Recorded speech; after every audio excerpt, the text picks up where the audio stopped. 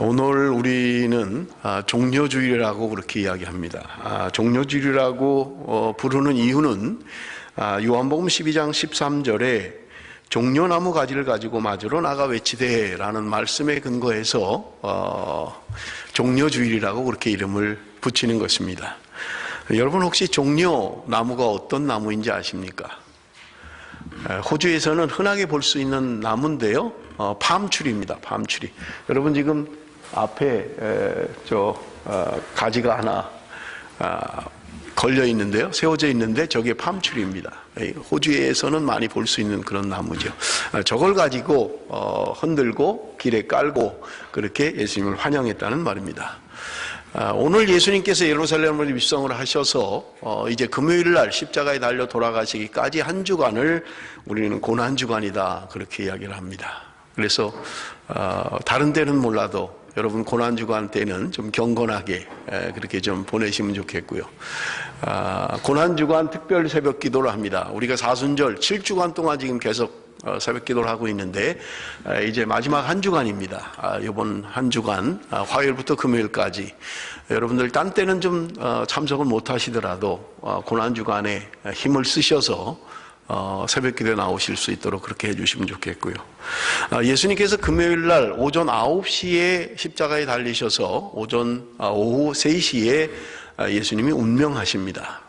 우리가 성금요일이다 그렇게 이야기를 하는데요, 호주에서는 굿 프라이데이 그렇게 이야기합니다. 성금요일 날 예수님이 십자가에 달려 돌아가신 시간부터 운명하시는 시간까지 6시간 동안 우리가 함께 성경 읽기를 원합니다. 그래서 여러분 가운데 참여하기를 원하시는 분은 금요일날 오전 9시에 채플실로 오시면 채플실에서 우리가 성경 통독을 할 겁니다.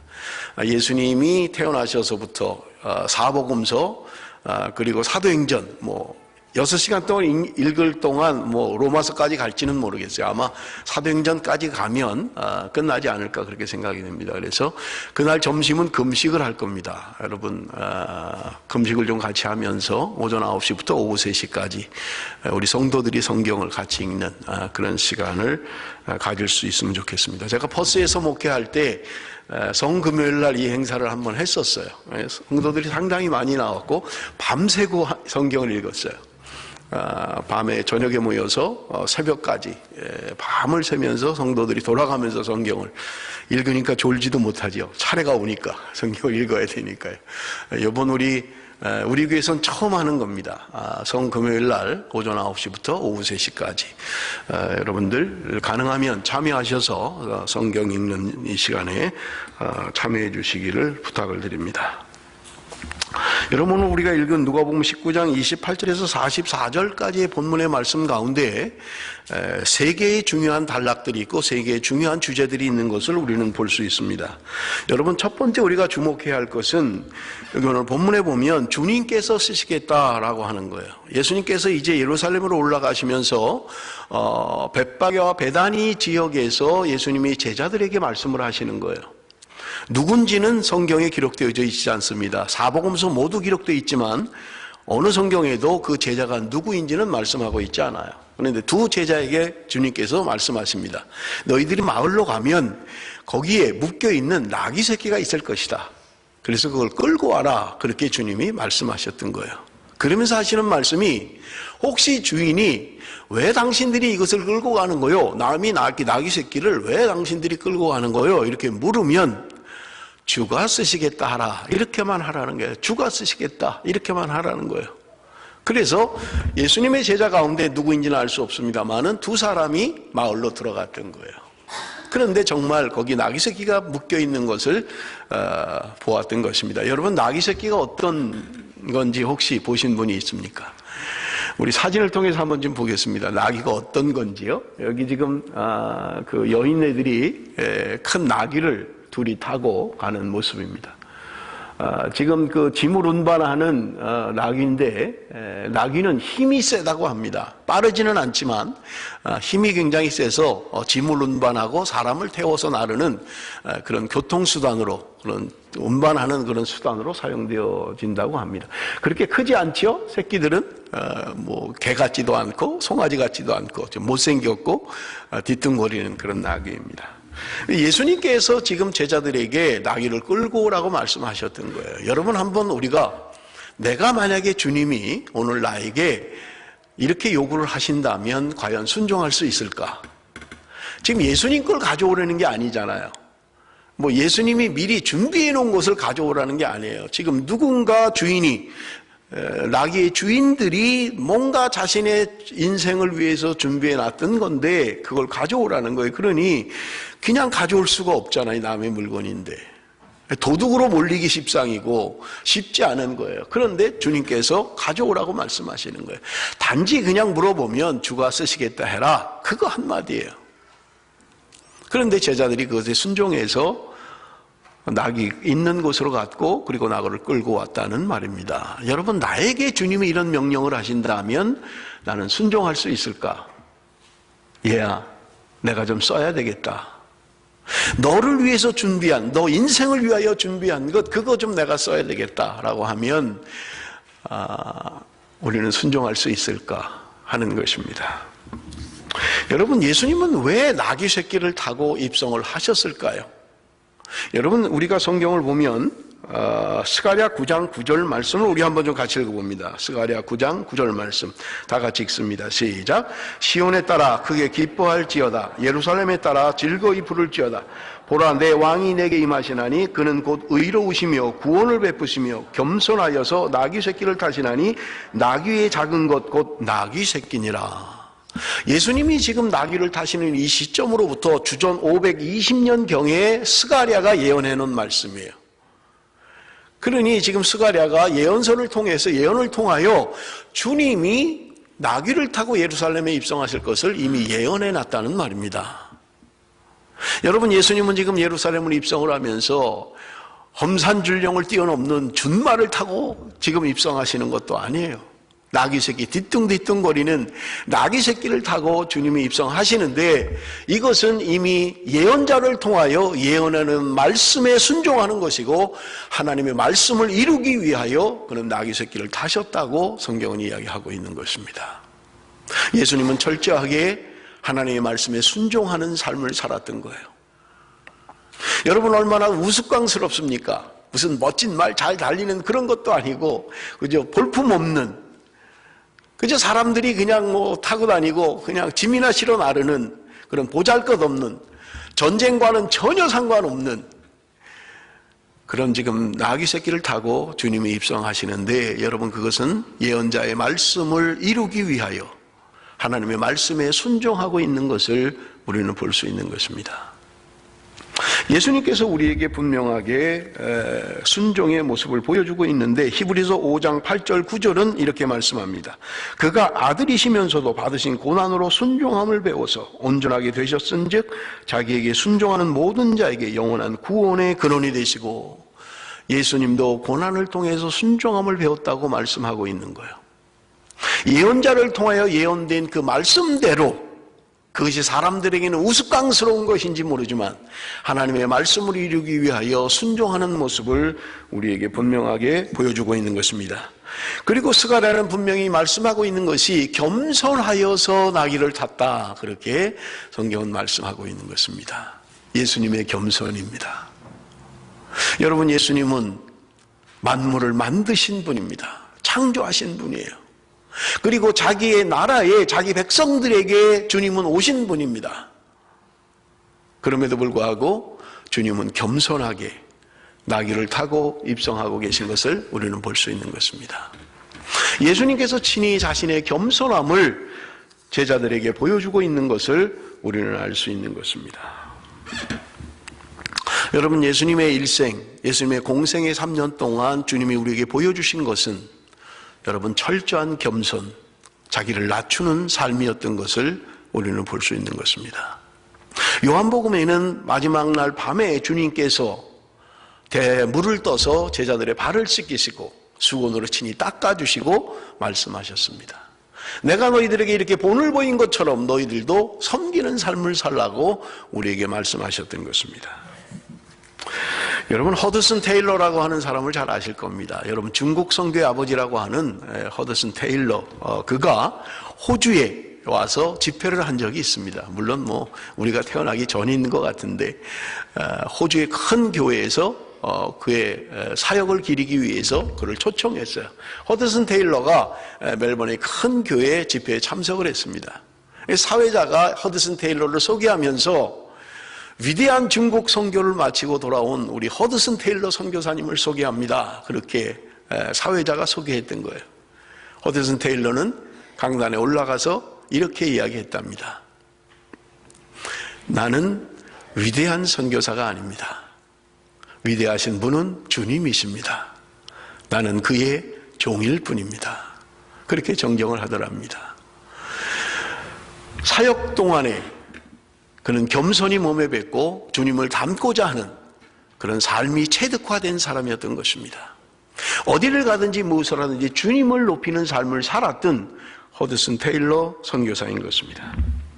여러분, 우리가 잘 아는 인도의 성자 선다싱이라는 분이 있습니다. 이 선다싱이라고 하는 사람이 전도 여행을 마치고 세계 전도 여행을 마치고 돌아왔을 때 기자들이 그렇게 질문을 했습니다. 당신이 이렇게 큰 명예를 얻는 건 당신에게 안 좋은 거 아닙니까? 라고 그렇게 질문을 했습니다. 그때 선다싱은 이렇게 대답했다고 합니다. 여러분, 나귀는 예수님을 태우고 가는 그 나귀는 사람들이 길에다가 겉옷을 깔고 종려나무 가지를 깔고 환영을 하고 하는 것은 나귀를 위하여 한 것이 아닙니다. 나귀에 타고 있는 주님께 영광을 돌리는 것입니다. 여러분, 저는 나귀와 같은 사람입니다. 주님이 일하실 뿐이고 저는 나귀와 같이 주님을 모시고 다니는 사람일 뿐입니다. 라고 이야기하더랍니다. 사랑하는 성도 여러분, 참된 제자의 길, 여러분, 그것은 우리에게 주님께서 말씀하십니다. 나를 따라오려거든 누구든지 자기를 부인하고 제 십자가를 지고 나를 따르라고 주님은 우리에게 말씀하셨던 것입니다. 참된 제자는 자리의 목표를 두고 있는 사람이 아닙니다. 봉사의 목표를 두고 있는 사람을 우리는 제자라고 이야기합니다. 자리의 목표를 둔 사람은 교만한 사람이라면 봉사의 목표를 둔 사람은 겸손한 사람일 것입니다. 교만한 사람은 자신을 의지하지만 겸손한 사람은 하나님을 의지하는 사람인 것입니다. 여러분, 예수님께서 두 제자에게 말씀하셨어요. 가서 나귀를 끌고 오너라. 만약에 나라면 주님 그렇게 하겠습니다 라고 순종할 수 있을까? 맡겨놓은 걸 가져오는 것도 아니고 주님이 키우는 걸 가져오라는 것도 아니고 따로 주인이 있는 그 나귀를 가져오라고 할 때 순종할 수 있는 나는 그런 자세가 되어 있는가? 아니, 오늘 나를 위하여 뭔가를 준비한 것 주님이 쓰시겠다라고 하면 기꺼이 주님 여기 있습니다. 주님 쓰시기를 원합니다 라고 그렇게 순종하는 삶을 살 수 있겠느냐 하는 것입니다. 여러분, 오늘 본문 가운데 두 번째로 우리가 주목해야 할 내용은 여러분 찬양에 대한 내용입니다. 호산나 찬양하리로다 주의 이름으로 오시는 이여 하며 찬양하고 있는 것을 우리는 볼 수 있습니다. 여러분, 38절 말씀입니다.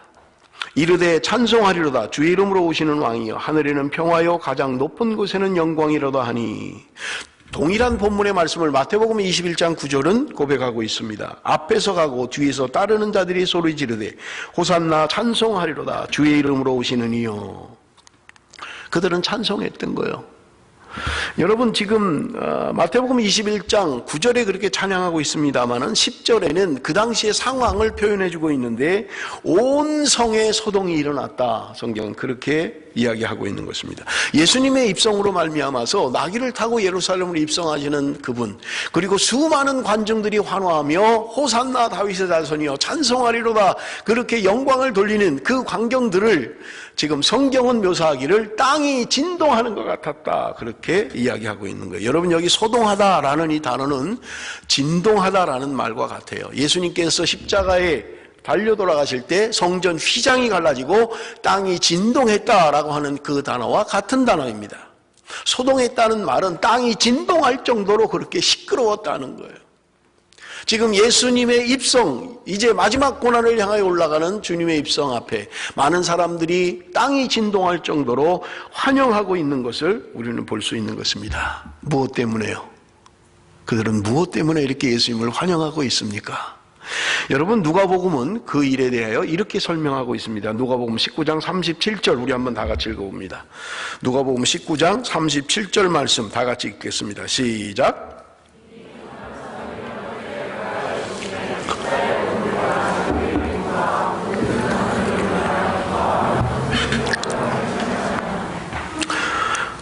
제자의 온 무리가 자기들이 본 바 모든 능한 일로 인하여 기뻐하며, 지금 예수님을 수없는 사람들이 나와서 환영을 하고 땅이 진동할 정도로 그렇게 환영을 하는 이유는 예수님의 능하신 일들을 보았기 때문에 그렇다는 거예요.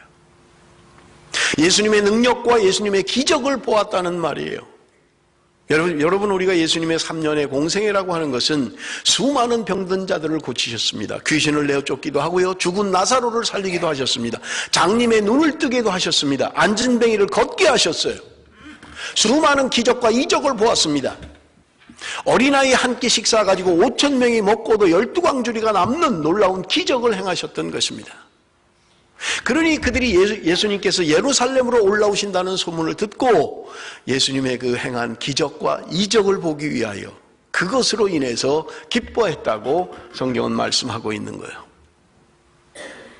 만왕의 왕으로 오신 예수 그리스도, 그분을 진정으로 환영하고 그분을 바라보며 찬양하기보다는 예수님의 기적과 이적을 바라보기 위해서, 혹시 오늘도 예수님이 기적을 베푸시지 않을까?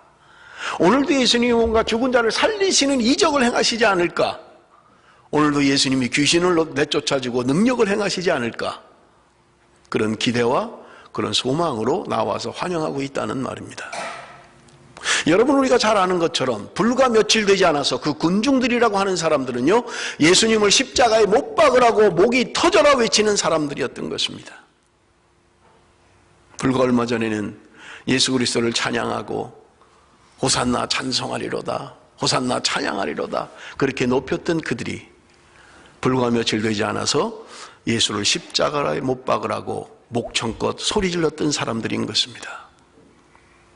사랑하는 성도 여러분, 나는 주님을 진정으로 찬양하고 있습니까?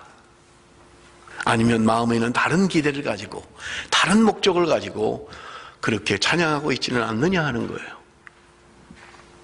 정말 주님 앞에 온 마음을 다하여 주님 앞에 경배하고 주님을 찬양하고 있느냐 하는 것입니다. 여러분, 그렇다면 여러분, 찬양은 능력이 있습니다. 감옥의 문이 열려지게 하셨고요, 착고가 풀어지게 하셨고요, 찬양은 능력이 있습니다. 여러분, 우리가 온 마음을 다해서 찬양한다면 그 찬양을 통하여 하나님께서 우리에게 능력을 베푸실 것입니다. 형식적으로 하는 찬양, 입으로만 하는 찬양, 마음에는 다른 생각을 가지고 예수님의 기적이나 이적을 보겠다가 나온 사람들, 겉으로는 호산나 찬송하리로다 다윗의 자손이여 그렇게 외치면서도 마음속에는 다른 것을 품고 있는, 혹시 그런 신앙생활을 우리가 하고 있지는 않느냐 하는 것입니다. 여러분, 우리가 온전히 찬양해야만 합니다. 우리의 마음과 뜻을 다하여 온전히 찬양하는 그런 삶을 살아야만 하는 것입니다. 1808년 유명한 작곡가 하이든이 세상을 떠나기 직전에 극장에서 그가 작곡한 창조라고 하는 작품을 공연을 하게 되었습니다. 그는 휠체어를 타고 와서 마지막 공연을 관람을 했습니다. 많은 사람들이 하이든이 온 것을 보고 기립박수를 하고 환영을 했습니다. 유명한 합창단과 그리고 오케스트라가 그의 작곡한 창조를 연주하는 것이에요. 끝나고 나니까 그 수많은 관중들은 하이든을 향하여 기립해서 그를 향하여 박수를 쳤던 것입니다. 그때 하이든은 자신을 향하여 박수를 치는 그 관중을 향하여 제재를 했습니다. 그리고 그는 손을 가리켰는데 하늘을 향하여 가리켰던 거예요. 내가 하는 모든 것은 나로부터 말미암은 것이 아니라 하늘로부터 온 것입니다. 하나님께 영광을 돌려야 됩니다. 하나님이 영광 받으셔야 됩니다. 그렇게 그의 마지막에 그는 고백을 했던 것입니다. 나를 드러내지 아니하고 주님을 드러내는 삶, 나를 드러내지 않고 하나님을 높이는 삶, 그것은 바로 겸손한 사람, 하나님을 찬양하는 사람인 것입니다. 여러분, 오늘 본문 마지막에는 예수님께서 예루살렘으로 올라가시다가 예루살렘을 바라보시면서 눈물을 흘리시는 본문이 40절부터 44절까지 기록이 되어져 있습니다. 여러분, 주님은 왜 예루살렘을 보시고 눈물을 흘리셨을까? 여러분, 시편 48편 2절에 보면 예루살렘을 향하여 고백하고 있는 것을 우리는 볼 수 있습니다. 터가 높고 아름다워 온 세계가 즐거워하며 큰 왕의 성 곧 북방에 있는 시온산이 그러하도다. 우리 찬양에도 있잖아요. 찬양을 할 때 이런 찬양을 하잖아요. 터가 높고 아름다워 온 세계가 즐거워하며 큰 왕의 성 곧 북방에 있는 시온산이 그러하도다. 여러분, 이 아름다운 산입니다. 아름다운 성전이 있습니다. 그 아름다운 예루살렘. 그런데 주님은 그 아름다운 성전을 보시면서, 그 아름다운 예루살렘 성을 보시면서 왜 눈물을 흘리셨는가 하는 것입니다. 여러분, 42절에 보면 이르시되 너도 오늘 평화에 관한 일을 알았더라면 좋을 뻔하였거니와 지금 내 눈에 숨겨졌도다 말씀하고 있는 거예요. 평화에 관한 일을 알았더라면 좋을 뻔했다. 예수 그리스도는 이 땅에 평화의 왕으로 오신 거예요.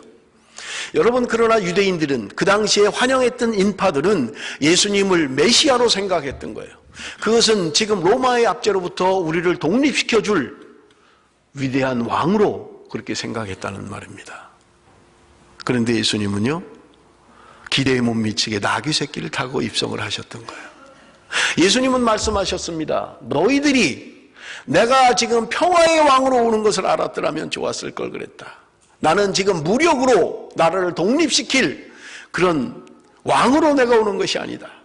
나는 겸손하게 그렇게 평화의 왕으로 오는 것이라고 주님은 말씀하셨던 것입니다. 많은 이스라엘 백성들, 하나님의 택한 백성들은 예수님에 대하여 오해를 했습니다. 그리고 따르는 제자들마저도 예수님을 오해했던 것입니다. 하나님의 나라, 예수님이 그토록 외쳤지만 그들은 세상의 나라로 생각했던 것입니다. 왕권을 가지고 독립시켜줄 세상의 나라, 다윗 왕이 누렸던 그 영광을 누리게 해줄 그를 세상의 나라로 생각했다는 말입니다. 예수님을 따랐던 많은 제자들마저도 그들은 자리에 연연했던 것입니다. 누가 주님의 우편에 앉을 것이냐, 누가 예수님의 좌편에 앉을 것이냐 하는 그런 자리 다툼을 했던 것을 우리는 너무나 잘 알고 있는 것입니다. 사랑하는 성도 여러분, 오늘 나는 주님을 오해하고 있지는 않습니까? 그저 내 육체의 병을 고쳐주고 나를 부자로 만들어줄 예수, 그래서 나에게 복을 베풀어줄 예수, 혹시 그렇게만 우리는 생각하고 있는 것은 아니냐 하는 것입니다. 43절 44절에 말씀합니다. 날이 이를지라 내 원수들이 토둔을 쌓고 너를 둘러 사면으로 가두고 또 너와 및 그 가운데 있는 내 자식들을 땅에 메어 치며 돌 하나도 돌 위에 남기지 아니하리니 이는 내가 보살핌 받는 날을 알지 못함을 인함이니라 하시니라. 오늘 본문에 이야기합니다. 날이 이를지라, 그 날이 임한다는 거예요. 너희들이 지금은 평화다, 괜찮다, 살만하다, 좋은 날이다 그렇게 이야기할지 모르지만 주님의 날이 이른다는 거예요. 심판의 날이 임한다는 거예요. 도적같이 임할 날이 오고 있다고 말씀하고 있는 거예요. 어쩌면 예수님은 불과 몇십 년 후에 있을 로마의 침공을 생각하셨는지 모르겠어요. 그 아름답게 세워져 있는 성전 예루살렘 성들이 완전히 무너지고 오늘 말씀처럼 돌 위에 돌 하나 남지 않고 다 무너질 그날이 다가오고 있는데 평화의 왕으로 오신 예수 그리스도가 이 땅에 자신의 나라 속에 왔음에도 불구하고 그들은 예수님을 환영하지 않았던 거예요. 예루살렘 성을 바라보시면서 주님은 눈물을 흘리셨던 것입니다. 내 백성들이 어떠한 모습으로 어떤 어려움을 겪을 것을 주님은 알고 계셨기 때문입니다. 주님의 말씀처럼 불과 몇십 년이 지나지 않아서 로마에 의해서 예루살렘은 멸망하게 되는 것입니다.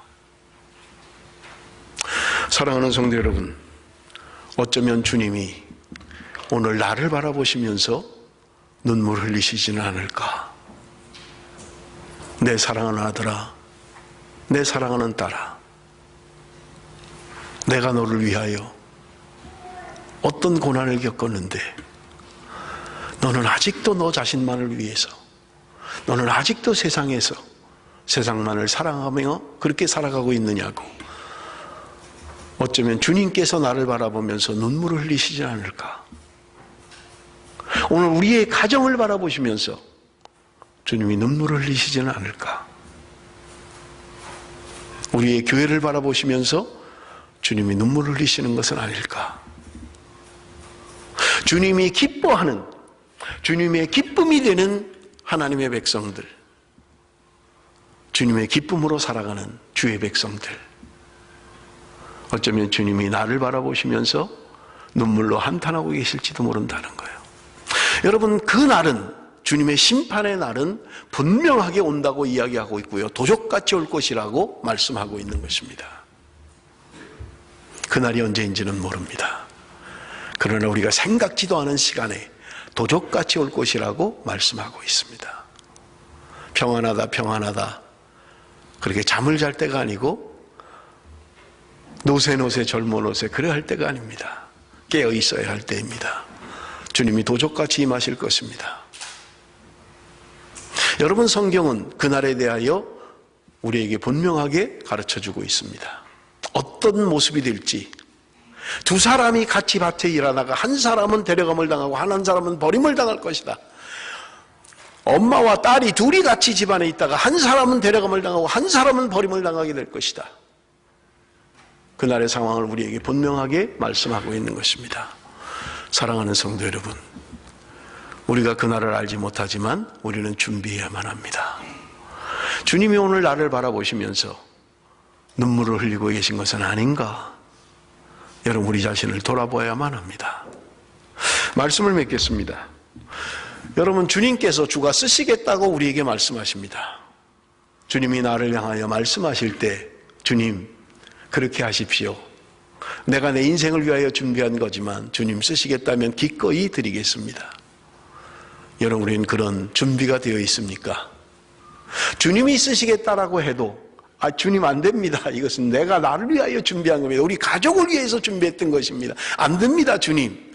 혹시 그렇게 하시지는 않겠습니까? 여러분, 우리 마음속에 주님을 향한 찬양이 있어야만 합니다. 예루살렘으로 입성하시는 그 백성들이, 그 무리들이 찬양했던 것처럼 우리는 주님을 찬양해야만 합니다. 그러나 마음에 없는 찬양, 우리가 마음을 다해서 진심으로 주를 찬양하고 마음을 다해서 진심으로 기도한다면 주님께서는 우리에게 능력을 베푸실 것이고 우리 안에 참된 회복이 일어날 것입니다. 주님 주시는 기쁨이 있을 것입니다. 사랑하는 성도 여러분, 오늘 주님을 준비합시다. 주님이 나를 바라보시면서 눈물을 흘리시는 것은 아닌지, 여러분, 주님의 기쁨이 될 수 있도록, 내가 주님의 기쁨으로 살아갈 수 있도록 오늘도 주님과 동행하는 저와 여러분이 되시기를 주님의 이름으로 축원합니다. 기도하겠습니다.